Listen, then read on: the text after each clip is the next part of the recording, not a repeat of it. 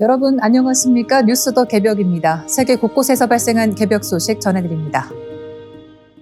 손정의 소프트뱅크 회장이 용산 대통령실에서 이재명 대통령을 만나 초인공지능 시대를 예고하며 앞으로는 인류가 금붕어가 되고 AI가 인간이 되는 모습이 펼쳐질 것이라고 주장했습니다.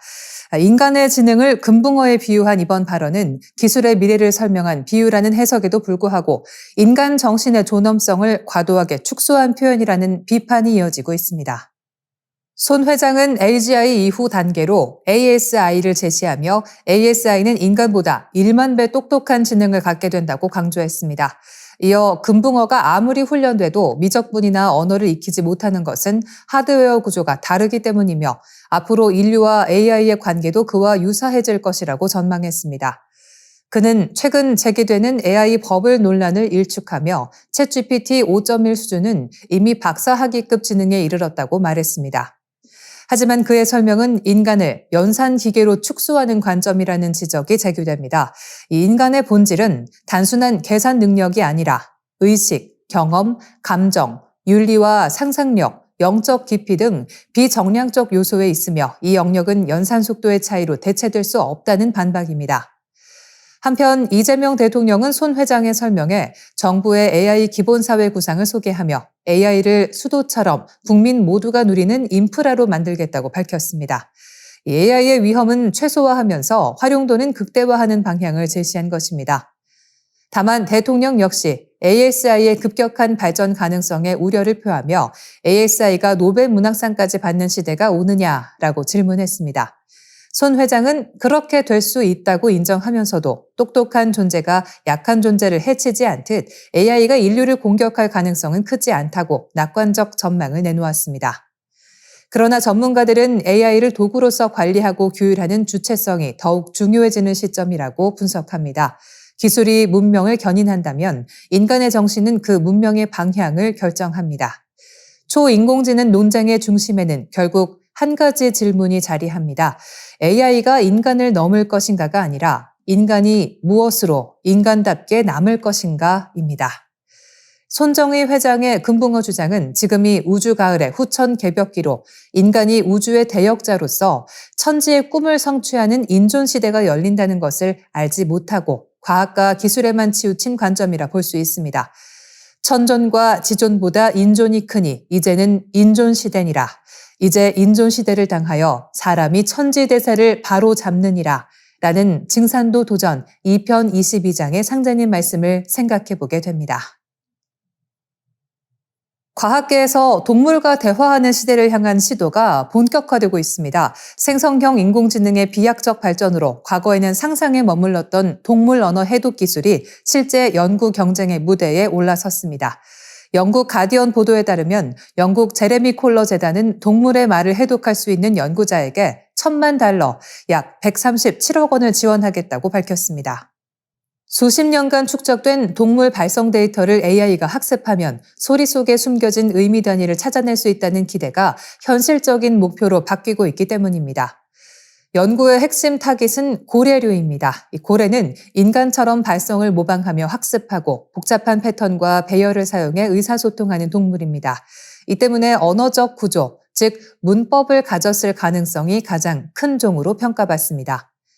국제 프로젝트 세티는 향유 고래의 코다를 AI로 분석하고 있으며 빠르면 2026년 첫 해독 성과가 나올 것으로 전망하고 있습니다.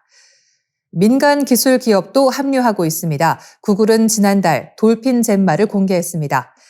40년에 걸쳐 수집된 방대한 돌고래 음향 데이터를 기반으로 어미의 새끼 호출 휘파람, 먹이 탐색 시의 클릭음을 분석해 의미를 추정하는 AI 번역 프로그램입니다. 돌고래의 언어적 단위를 분류하고 해석하는 데 중점을 둔 기술로 학계의 주목을 받고 있습니다. 그러나 전문가들은 동물과의 소통 기술이 해양 생태계를 교란할 위험도 경고합니다. 1960년대 이후 해양 산업 활동으로 바닷속 소음은 10년마다 약 3데시벨씩 증가한 것으로 나타났습니다. 특히 혹등고래는 히토류 채굴 시 발생하는 시추 소음과 동일한 저주파 영역을 사용해 소통합니다. 소음이 일정 수준을 넘어서면 고래는 아예 발성을 중단하며 상업용 선박에서 1.2km 떨어진 거리에서도 소리를 멈춘 사례가 관측된 바 있습니다. 동물의 음성을 이해하려는 과정에서 오히려 그들의 소통 체계를 훼손할 수 있다는 우려가 나오는 이유입니다. 더 근본적인 회의론도 존재합니다. 많은 동물은 소리뿐 아니라 시각, 화학, 열, 진동 신호 등 복합적 방식으로 의사소통합니다.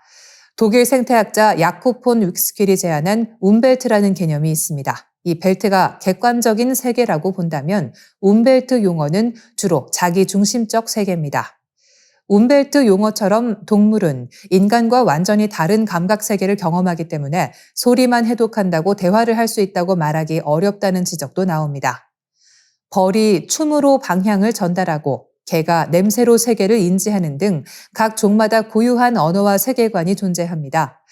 흥미롭게도 외계 생명체 탐색 프로젝트로 알려진 S로 시작하는 세티 연구진도 고래와의 소통 연구에 깊은 관심을 보입니다. 고래의 언어를 해독하는 과정이 곧 지구 밖 지적 생명체와의 첫 소통 방식을 탐구하는 과정이라는 판단에서입니다. 서로 다른 세계관을 가진 존재와 대화를 시도한다는 점에서 동물과의 소통은 지구 안의 외계와의 접촉 실험이라는 평가도 나오고 있습니다. 뇌과학과 인지심리학이 만나는 지점에서 숫자 7은 여전히 강력한 힘을 발휘합니다.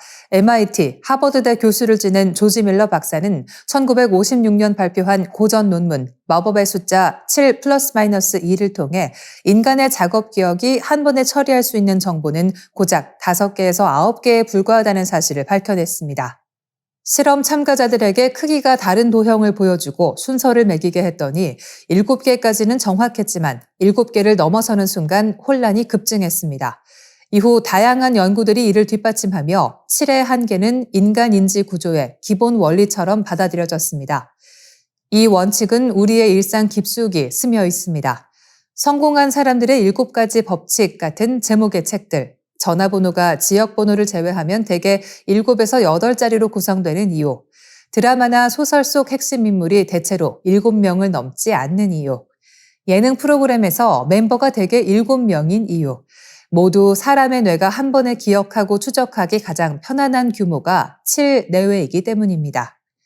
인물이 7명을 넘어가면 스토리 몰입도가 떨어지는 것도 같은 맥락입니다.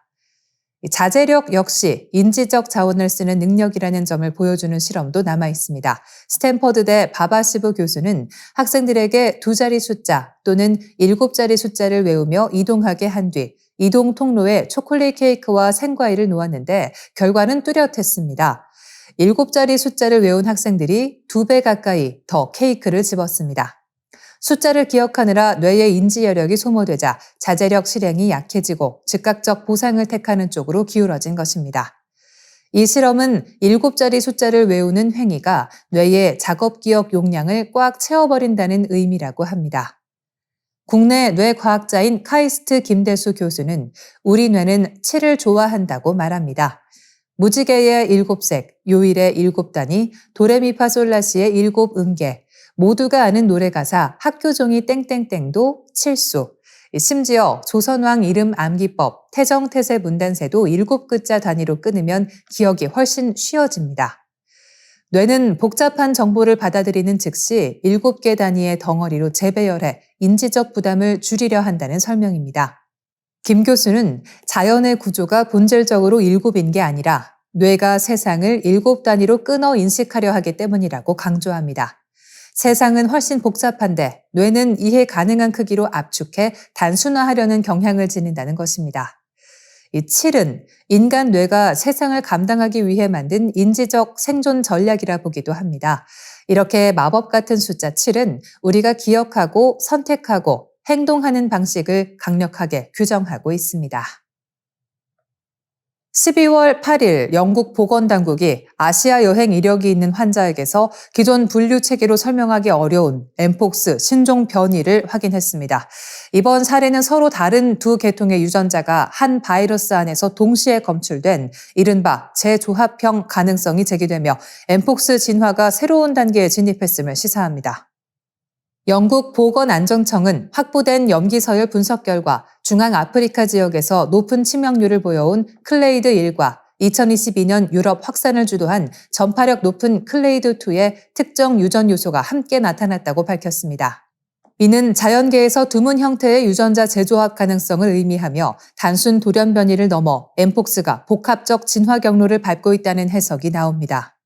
전문가들은 이 변이가 전파력, 중증도, 백신 효과성에 어떤 영향을 줄지에 대해 면밀한 분석을 진행 중입니다. 영국 보건안전청 감염병 대응 책임자 KT 신카 박사는 바이러스의 진화는 자연스러운 현상이지만 이번 사례는 유전적 변동성이 예상보다 넓다는 신호일 수 있다고 설명했습니다. 영국 내에서는 현재 단일 사례만 확인됐으며 지역사회 전파는 보고되지 않은 상황입니다. 하지만 두 계통의 특징이 결합될 경우 감염력, 잠복기, 면역 회피 능력 등이 변화할 가능성이 있어 즉각 위험 단계는 아니더라도 경계 수위를 높여야 한다는 평가가 잇따릅니다. 특히 이번 사례가 아시아 여행 이력과 연관된 만큼 전파 중심지였던 유럽, 아프리카에서 아시아권으로 확산 경로가 확대된 첫 신호일 가능성이 제기됩니다. 국내 전문가들은 현재 정보가 제한적인 만큼 입국자 감시 강화, 밀접 접촉군 안내, 유증상자 진단 확대 등이 필요하다고 지적합니다. 엠폭스는 감염자의 피부 병변, 오염된 의류, 침구, 호흡기 비말, 동물 매개 등을 통해 전파되며 발열과 두통, 근육통 뒤 전형적인 발진 증상이 나타납니다. 그럼에도 10월 말 기준 전 세계 94개국에서 약 4만 8천 건의 확진과 201명의 사망이 보고되는 등 여전히 글로벌 보건 위협으로 평가됩니다. 치료제 부재 역시 문제입니다. 가장 유력한 후보였던 천연두 치료제 티폭스가 국제 임상시험에서 엠폭스 치료 효과를 입증하지 못하며 사실상 제외됐습니다. 현재 승인된 엠폭스 치료제는 없고 대체 약물도 근거가 부족한 상황입니다. 이에 따라 한국을 포함한 여러 국가의 기업들이 WHO, NIH, ACDC 등 국제기관과 치료제 개발 협력을 강화하고 있습니다.